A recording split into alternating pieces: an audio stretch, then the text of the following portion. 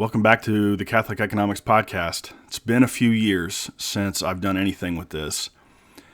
And my thought was that I have the time to record and to put these together. And I want to focus on a current events format and focused on, of course, economics and economic policy, primarily in the U.S., but also around the world.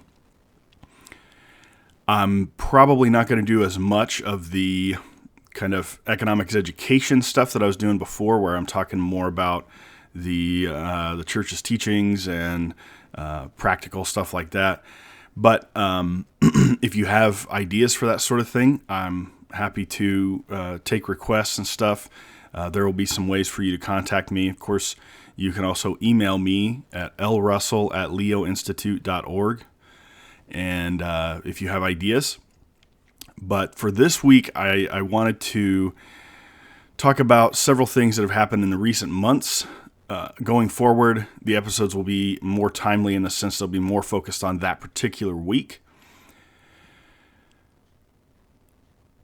Mainly the issue I had was I have time to read all this stuff, but I don't really have time to sit down and write out op-eds. For the last few years, I've been writing a lot of op-eds, primarily in the energy econ space, and I just don't like that format as much. I would rather just talk and hopefully get out some information that way, and plus it kind of gives me a broader topic set than just energy, although I think energy is super important right now to talk about because of all the stuff going on. So to start off, I wanted to talk about a kind of general economics indicator. And for that, I picked the most recent Atlanta Federal Reserve GDPnow model estimate. And so what they do is on a fairly regular basis, usually every few days, sometimes every day, they will put out, the Atlanta Fed will publish a new estimate of what they think GDP is going to be for the present quarter. So I don't know how much you know about the way data releases happen in economics, but obviously we have to collect data over a period of time. And in GDP, for the GDP metric, that takes about 3 months. So we have like a quarterly approach. So every 3 months we're collecting data about what's going on over those 3 months, and then we'll have a stop date, and then a little bit later, the government will publish the data and say, hey, this is how much GDP grew from one quarter to the next, or from 1 year to the next, and so that's what you read about when you're reading the headlines and that sort of thing. And so what the Atlanta Fed does is they try to forecast what that next number will be. So obviously the first quarter is January through March, and then April through June, and then July through September is the one that we're in for right now. But what they're doing is their forecast. So this forecast that I'm going to talk about is for the second quarter. So we haven't had the second quarter data yet. So they're forecasting what that's going to be. And what they do is, so when other economics data comes out, they will update this forecast. And what's interesting about this particular print of the GDPnow is that it had been trending pretty high at just over 3% for quite a while in June. Before June, it had been a little bit lower than that, but it had been pretty high at around 3%. And then all of a sudden, in late June, it started to fall. And now, as of July 1, it is at 1.7%. So that is very, very, very slow, what we call real economic growth. So economic growth adjusted for inflation. And specifically the numbers that came out that they're basing this forecast on was information about personal consumption expenditures. So the amount of money that people are spending on the things that they're buying every day, and also on something from what they call the Institute for Supply Management. So maybe if you're looking at the financial press, you'll see ISM, an ISM index or something like that. And so they'll put out numbers on a fairly regular basis, and this information is usually used in the financial press, but also in models like GDPnow to talk about how well the economy is performing. So right now, they adjusted the gross private domestic growth portion of GDP down significantly, and that pulled the entire GDP forecast down, GDP growth forecast down to only 1.7%. And I believe so 1.7% year over year. So from the second quarter of 2023 to the second quarter of 2024, that's what they're talking about. So I think this is kind of interesting. It also happens to be below what they call the blue chip consensus, which is a little bit of a slower estimate. That estimate kind of tends to lag this one. And for the last month or so, the blue chip consensus has been a lot more pessimistic than the Atlanta Fed has been. And now all of a sudden, the Atlanta Fed is more pessimistic than they are. We'll get at least another print of GDPnow before the next episode. Today's July 2nd, and there's scheduled to be the next one on July 3rd. So I'll probably talk about this again, and then when we get the actual GDP numbers officially from the government, I'll put something out about that as well. So interesting stuff. I think slow growth is probably a reasonable expectation because it seems like inflation is sticking around and it's really putting a damper on people's ability to live their lives in a normal fashion. And I guess to talk about, some kind of sort of Catholic economics angle on this, so you might say, well, maybe it's a good thing people are consuming less. Well, okay, potentially, but here's the problem: is that unless people are changing their habits, their internal disposition towards the things that they have and the things that they want, just making them financially poorer doesn't completely accomplish what we're trying to do by making people less attached to their material possessions. So I certainly think there are economic policy levers that you can pull to push people in that direction or to help them see those things. But I think just making them poorer in general is not necessarily the best way to do that. And so I think, and actually what it's going to just do is just make people poorer, which is sort of what this GDP growth forecast, this very slow growth, is showing. So on to the next thing, I wanted to talk about some of the energy stuff. So like I said, I've been really interested in energy lately, and I've been watching a lot of the different components of that, whether we're talking about transportation issues, whether we're talking about the grid and how the grid itself operates versus how we get energy, how we generate energy, whether that's coal, natural gas, nuclear, wind, solar, all that stuff. I've been doing a lot of looking into and research and stuff like that on these different things. And so I want to talk about that too. So the latest stuff that I wanted to talk about, and by the way, I will put links to all of this stuff in the notes so that if you want to read the articles that I'm talking about, you can go find those. And I try to find free stuff. So one of the interesting components that of this energy transition stuff that people talk about, right? So they talk about energy transition, right? We're gonna run the whole world on wind and solar.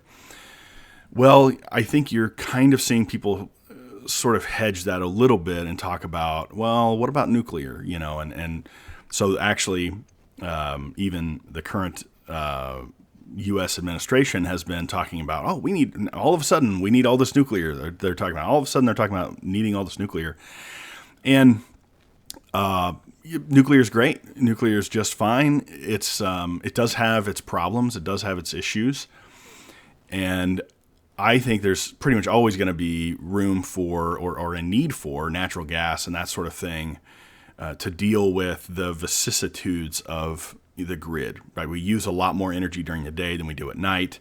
That's just the way it is. If we have a nuclear power facility that we can turn up and turn down, turn up and turn down like that, well, that's great. But my understanding of the technology is that it doesn't work that way right now.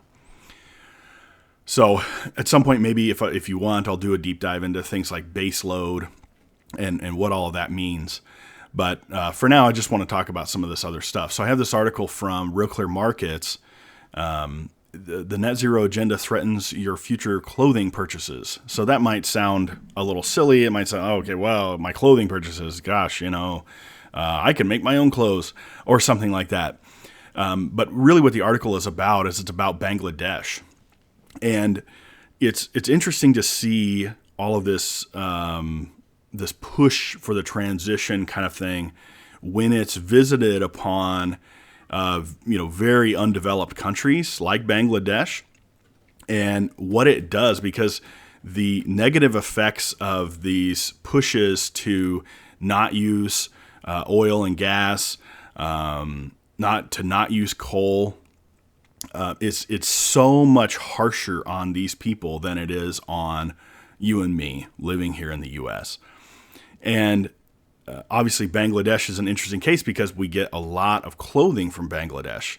There seems to be something about the way countries develop that textiles is kind of this bottom rung that kind of helps people get started.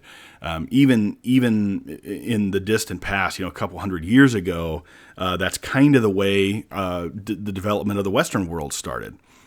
And so, obviously, Bangladesh needs this kind of thing, right? This is where they're at in their development, and so it's very sad. But the national government there has basically said that they're going to jump on this what they call net zero idea, which net zero basically what they mean is they're talking about carbon emissions, and so they're saying we're going to basically make it so that if we're emitting carbon, then somehow we're reducing that carbon at the same time on a one-for-one basis. So we have net zero emissions. We have no actual carbon emissions. So we might have some emissions, but then we have a way of pulling those down. And so right now, we rely on oil, gas, and coal. Bangladesh does for 98% of their electricity. And they still have reliability issues. As you might imagine, a developing country isn't going to have a super strong, reliable grid. We have here in the U.S. and Canada, we have these kind of regional grid authorities that are tasked with managing reliability. We have national nonprofit organizations that essentially are there to regulate grid reliability. And so basically the article talks about, this idea that the national government's going to be pushing all these so-called renewables. Well, one of the main problems with renewables is they're very highly intermittent and unreliable. Obviously, if you're talking about wind, when the wind blows, they generate electricity. When it doesn't, they don't.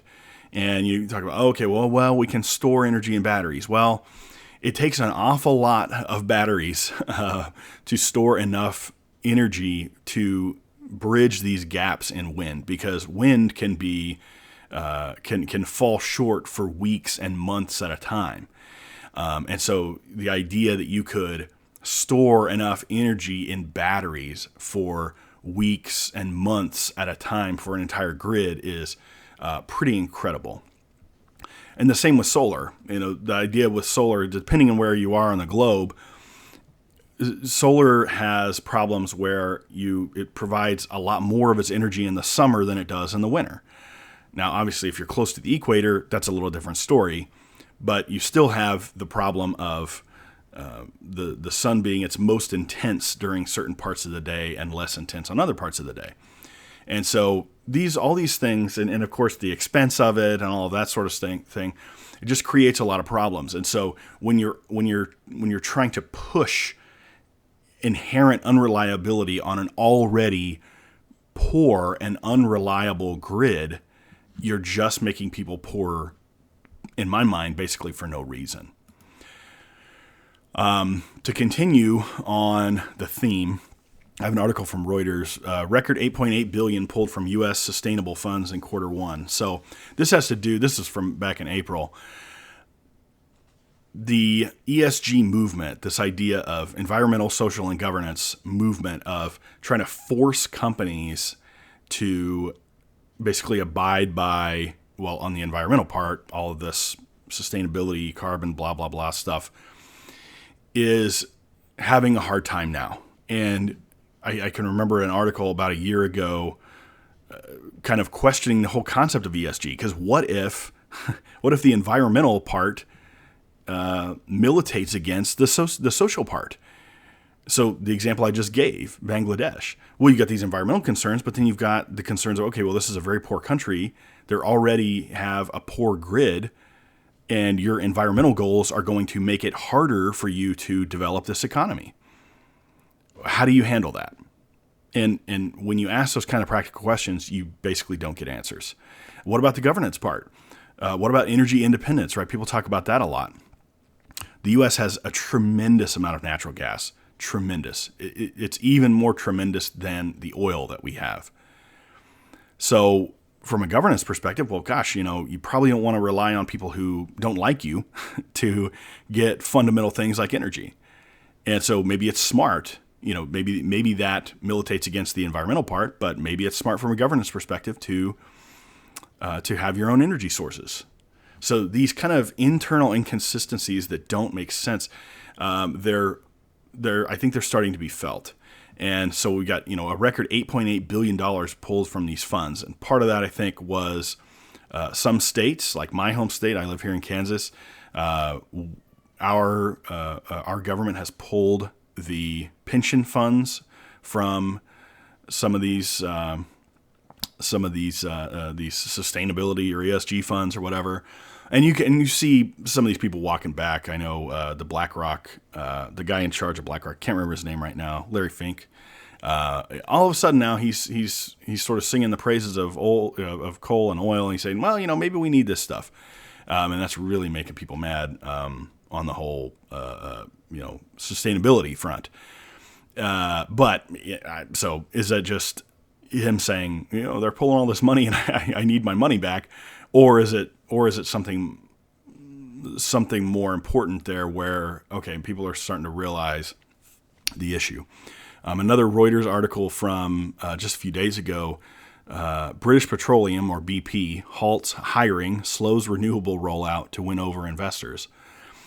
I think what's interesting here is you've got these companies seeing something happening with the renewables push.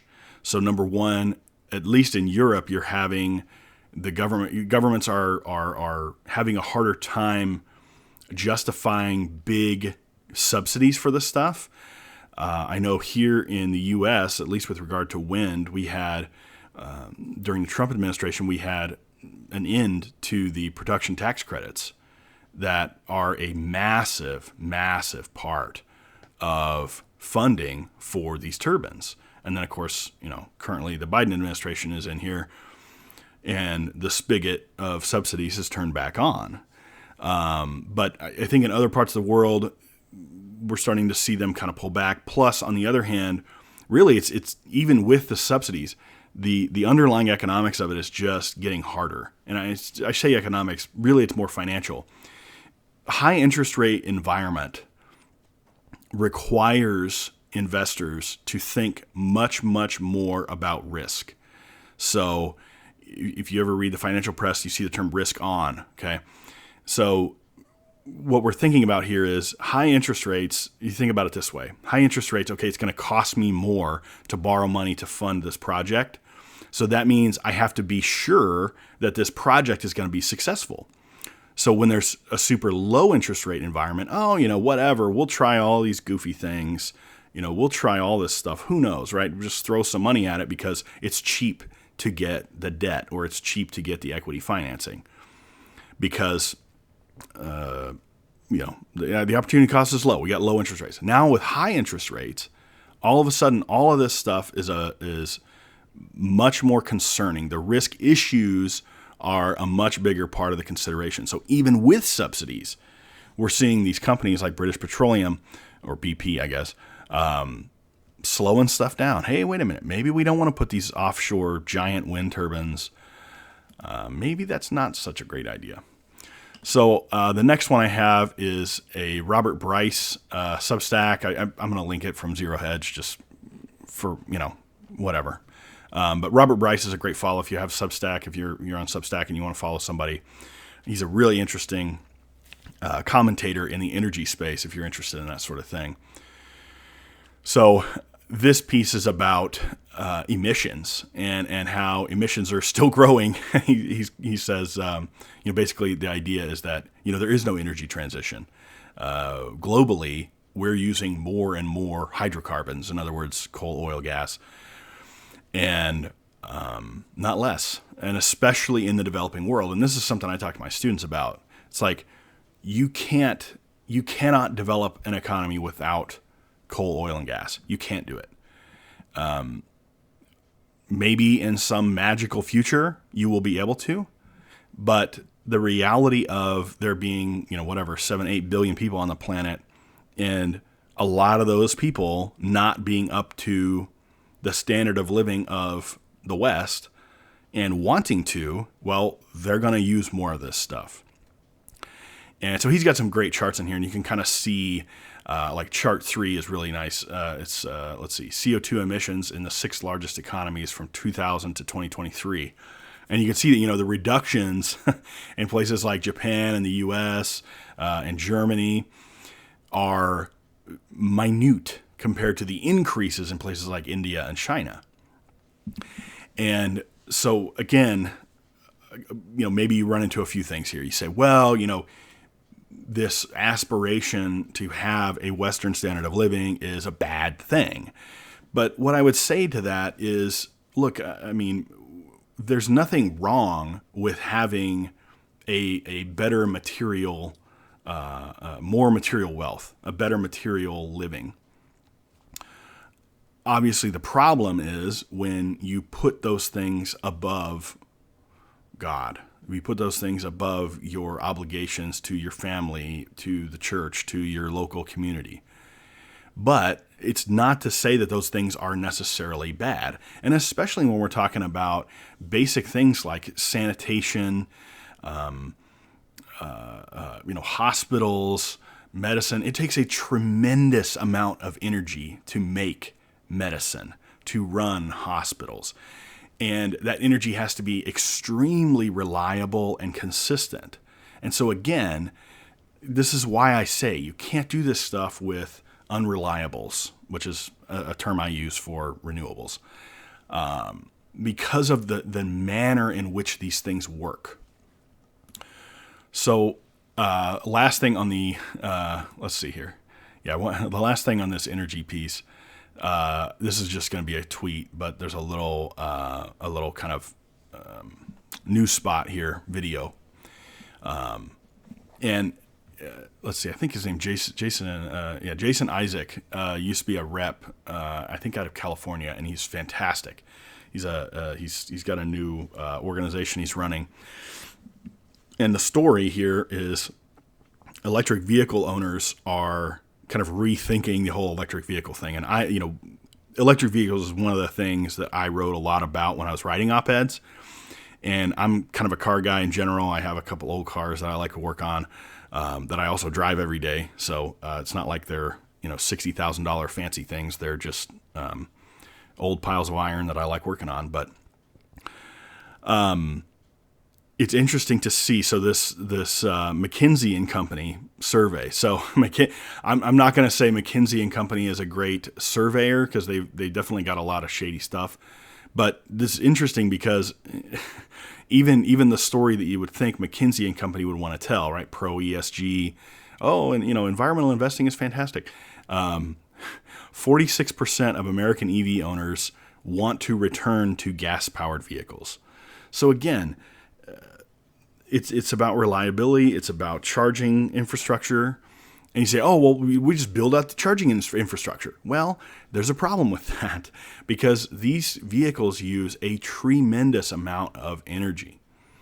And in the U.S., I believe the average household has something like 2.5 cars, which isn't totally unreasonable if you think, okay, well, maybe they got mother-in-law living with them, they got teenagers. It kind of makes sense. So if you're going to replace all of those vehicles with EVs anytime in the next 15, 20 years, the U.S. grid is going to have to expand dramatically. And what it's been doing is growing slower over the last 20 years. So fixing our grid infrastructure and expanding it has been slowing down. So even if we had the money for it, which we don't, we don't necessarily have the resources, the actual physical resources for it. And much less do we have the professional ability for it. We don't have the people that know how to do this stuff. Whether it's talking about the grid in general and updating that, we would have to add probably dozens and dozens of nuclear reactors to provide more energy for this sort of thing. And sort of you almost have to rewire the grid because to get charging fast, you have to have extremely high voltages. So higher than the normal voltage that goes to a house or an apartment complex or something like that. So you have to completely change that too. So it's no surprise then that, about half of these people, and I mean, people who are buying electric vehicles, I mean, I'm sure a lot of them are, very practical about it. Maybe they have free charging at work or something like that. But a lot of them are just ideologically committed to it. So the fact that it's half, I think, is actually pretty incredible because I would say at least 2/3 of electric vehicle buyers are ideologically committed to it. And so the fact that almost half of them are saying, maybe I don't want this, it's kind of interesting. So shifting gears a little bit to the kind of economic policy world, or and specifically something with the administrative state, or what I call some people call the fourth branch, and that sort of thing. So this recent opinion from the Supreme Court, the Chevron Doctrine, it has effectively been overturned, or at least that's what a lot of people are saying. And I've got this Newsweek article, who's a retired judge, writing about this. And this case was kind of was really pushed to this level, I think, because it was going to kill the Chevron Doctrine. So what is the Chevron Doctrine? So I believe in 1984, so for the last 40 years, what the court said 40 years ago is that essentially if there is some kind of question as to whether Congress has given authority to an administrative agency like, for instance, the EPA or OSHA or something like that, whether or not they actually have the authority to do the things they want to do is really up to them to decide. So that's kind of interesting that it almost killed any kind of recourse that we had to these kind of economy-killing regulatory advances that have been made over especially the last 20 years. If I'm thinking with regards to like the EPA and their kind of stranglehold on agriculture and energy and transportation and all of that. But of course, it would apply to a lot of other things as well. A lot of other administrative agencies, especially if we're talking about things like federal lands, if we're talking about things like OSHA, safety issues and stuff like that. And so, again, if there was this kind of vague statement from Congress and they're kind of pushing off the responsibility to legislate onto these administrative agencies, then the court back then said, no, we're just gonna let the EPA decide if what they're doing is, if they have the authority to do what they want to do, which seems ridiculous if you think about it. the whole concept of the American system, and really I think in general the Western system, is checks and balances to some extent, right? And we don't the Chevron doctrine really killed a lot of that check and balance nature. And so the particular case was interesting. It was about this kind of small fishing company, this kind of family-run fishing company, and they were being told they had to install this super expensive device, or they had to pay a fine that was like $700 a week or $7,000 a week. It was some massive amount of money. And this article doesn't even go into the actual case that got Chevron doctrine overturned. But you can read about that, and if you need something, just hit me up and I'll send you something. But basically, the small business sues, and they're like, "Look, this is unreasonable," and basically, the Supreme Court held that they were right, that it is unreasonable, and that the court that they should have recourse to the court system to get relief from unreasonable regulations, rather than just relying on the regulators themselves to decide what's reasonable and what's not. More recently, I think yesterday, we had another case come down that was about the statute of limitations and how long someone can sort of wait to sue. So before, there was like a 6-year thing. So there was a 6-year time frame. You have to, once the rule is conceived of or whatever, you have to, you only have a little bit of time. Well, this other case talked about basically expanding that you have a lot of time you have more time from when you were injured by, and I say injured, what I mean is in a legal sense, right? There's some kind of cost that was imposed on you by this regulation.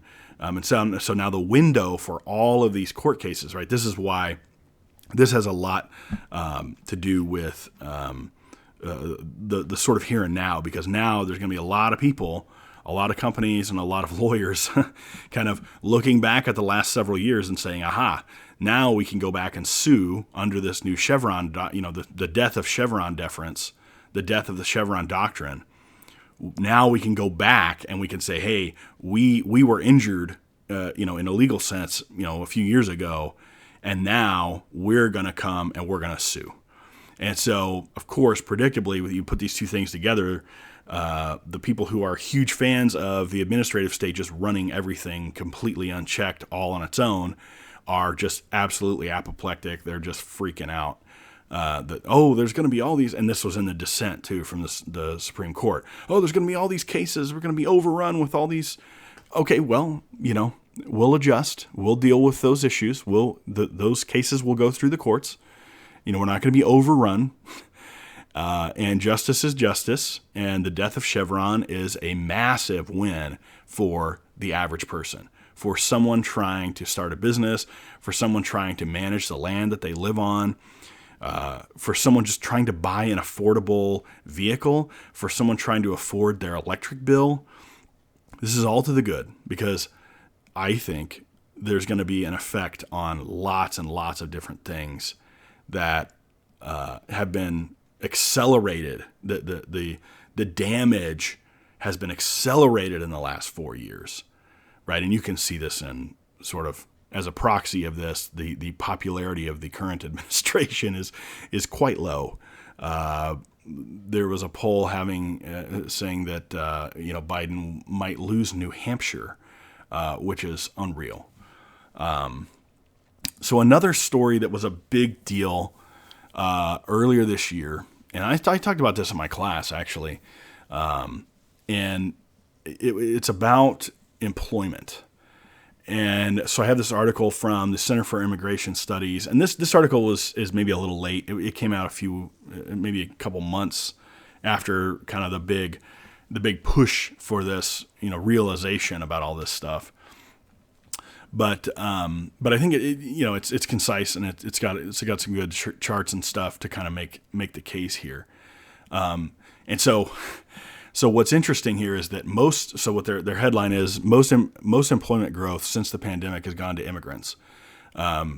And so there's a couple things to talk about here. So they mentioned labor force participation. Well, what does that mean? That means basically how many people are either working or looking for a job as a percentage of the total population that is sort of like eligible to work. And so they have this nice chart. 3/4 of employment growth since 2019 went to immigrants. 3/4. So the immigrant employment, and whether that's legal immigrants or illegal immigrants, either way, is up 3.2 million since 2019, while U.S.-born employment is only up 971,000. And so, to answer a few questions. Well, first of all, yes, I believe the U.S. is still above replacement rate population growth. So we do need those jobs. We still need those jobs. But what I think is interesting about this is it confirms a lot of what a Harvard economist named George Borjas talked about in a couple of his books. He has a book called We Wanted Workers. And he's very good to read because he's extremely non-ideological about this stuff. And in the book, he talks about getting angry at people because they basically told him to shut up when the data that he had and the arguments he was making is that, yes, bringing people into your country, just importing labor into your country, does decrease wages for the people who are already here. And if you have this notion that the government should take care of the citizens first, should take care of its own people, and that people from other places should petition their own governments to improve their conditions when necessary, that we can't just import all 7 billion people that don't live here into the U.S. to make their lives better. If you think those things are reasonable, then this is an incredibly important piece of news, because this is a huge problem. The fact that we are bringing so many people in, that 3/4 of our job growth went to people that we brought in, that's unreal. And it definitely has, I think, put downward pressure on wages. And Borjas in his book, he's a Cuban immigrant, by the way. So he's definitely anti-communist, but in the book, he talks about this. He's like, economists will tell you all the time that if you increase the supply of something, the price will tend to fall. But the one time that the average economist will not say that is when they're talking about immigration. And so I think this is great. I think the book is great. If you want to read more about it, I think you should pick it up. It's good stuff. But just the fact that we have finally someone kind of showing the data here is really good, because it helps us tell a story about wages. It helps us understand what's going on. And none of it's good. And we had the lowest immigration, the lowest number of border crossings, let's say from 2017 to 2020. And so in that sense, we were much better off during that 4-year time period than we are now. So this piece from Redfin, which is a tech company that is that's in the real estate world. And the headline here, this is from April. So again, kind of old, but this is just something that stuck in my head, and I wanted to talk about it here on this first episode. Housing market update. Monthly payments set new record, and buyers' costs will likely stay high on inflation news. So you kind of look through this little, there's a bunch of tables and charts, if you like tables and charts and stuff. So this goes back to, there's a couple things. We have interest rates rising and home values rising. And so both of those things at the same time going up, well, that's going to mean higher payments. And obviously, if we're talking about people being able to just kind of maintain their lives and handle things the way they need to, this is a huge problem. And I think what you're going to see is that, generally speaking, there should be a negative relationship between interest rates and asset values. So in other words, if interest rates are high, asset values should fall. And the reason why it hasn't happened that way, I think, in housing is because people are holding onto their houses. And there's just not a ton of turnover. And so the only way you're seeing these higher prices actually realized in an actual transaction is with a lot of newer houses or maybe super fancy big houses. But what I think is going to start happening is that home values have been going up. Interest rates have been high for a while. They're probably not going to be coming down anytime soon, I don't think. And people are just kind of increasingly going to be forced into a situation where, for other reasons, they've got to move, right? They lost their job, or, grandma lives over in Ohio and we got to move out there to take care of her, or just normal human things are going to happen. And we're going to start to see more transactions. And as we see more transactions, that effect of high interest rates is going to be brought to bear on home values. We're going to see fewer new homes built, and we're going to see values of homes go down, and hopefully these housing payments come down. And so what's interesting, I'm looking at this chart, home buyer housing payments plus 11% year over year. So in other words, house payments went up 11% from April 2023 to April 2024. And meanwhile, if you look at house payments in 2021, so just go back to 2021, it looks like about on this chart probably $1,600. So we went from $1,600 for the average home buyer housing payment to $2,700. That is unreal in terms of an increase. And so all of this stuff that people are talking about, it's really hard for millennials and Zoomers to even contemplate buying a house. And then you got the boomer thing. Oh, well, I had it hard too, and blah, blah, blah. It's like, no, man, like you didn't have it hard on this scale. Like this is unreal. And it's interesting to see. I think we're going to see more of it. I think, right now, pending sales, in other words, like how many houses are on the market, is down compared to last year. But I think we're going to start seeing that kind of start to tick up because people are just going to be forced into a situation where they have to sell, even if they don't want to, right? They don't want to sell because they don't want to have to go buy another house and, have an 8% mortgage for 30 years. Okay, so the last thing here, from an economics angle, this has to do with what we call consumer sovereignty. So the notion of consumer sovereignty is, what people want and what people are willing to pay for. Ultimately, that's what dictates what companies will provide and how they'll behave. And of course, you have a lot of the stuff of like, woke capital. You have companies just kind of pushing their own sort of, I guess I would call it religious ideology, and them never getting smacked down for it. Okay. And you can think of whatever you want, right? I'm not going to get into specifics. But you have cases like Bud Light where they got hammered and, permanently lost like 20-25% of their market. And I think part of that is because the Yuengling brand from Pennsylvania finally crossed the Mississippi River and expanded. I know that happened around the same time. And so in that specific case of beer, I guess that's a pun, right? Case of beer. In the specific case of Bud Light and stuff like that, I think there were some other things at play besides just the whole, woke marketing thing. And then that the marketing executive basically talking about how she doesn't like her own customer base, all these dumb fratty guys or whatever she said on that podcast.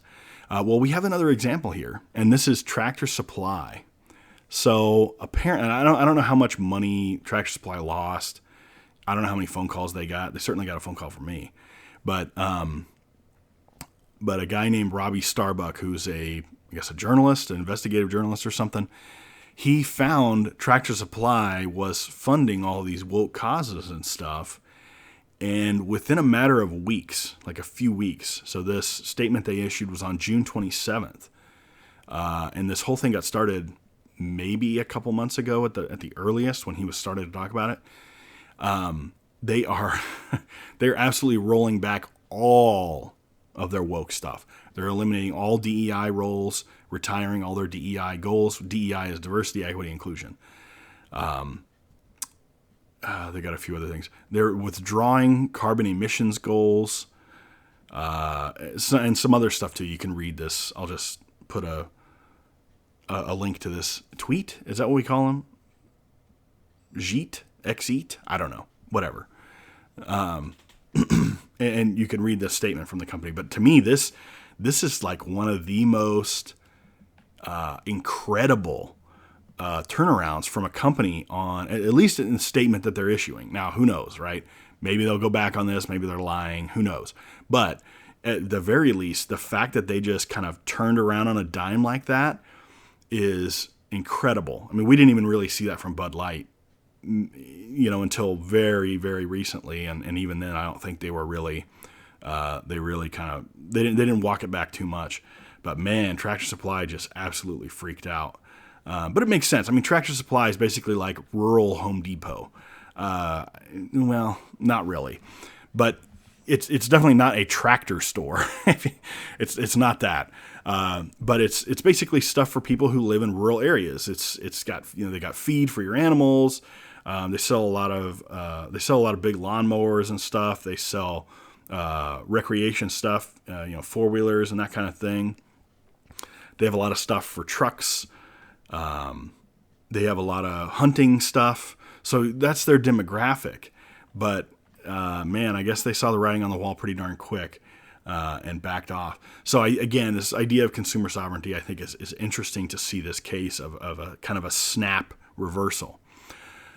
So this is a little bit of a long episode. I don't imagine that the next ones will be quite this long. I'm kind of shooting for 20 to 30 minutes.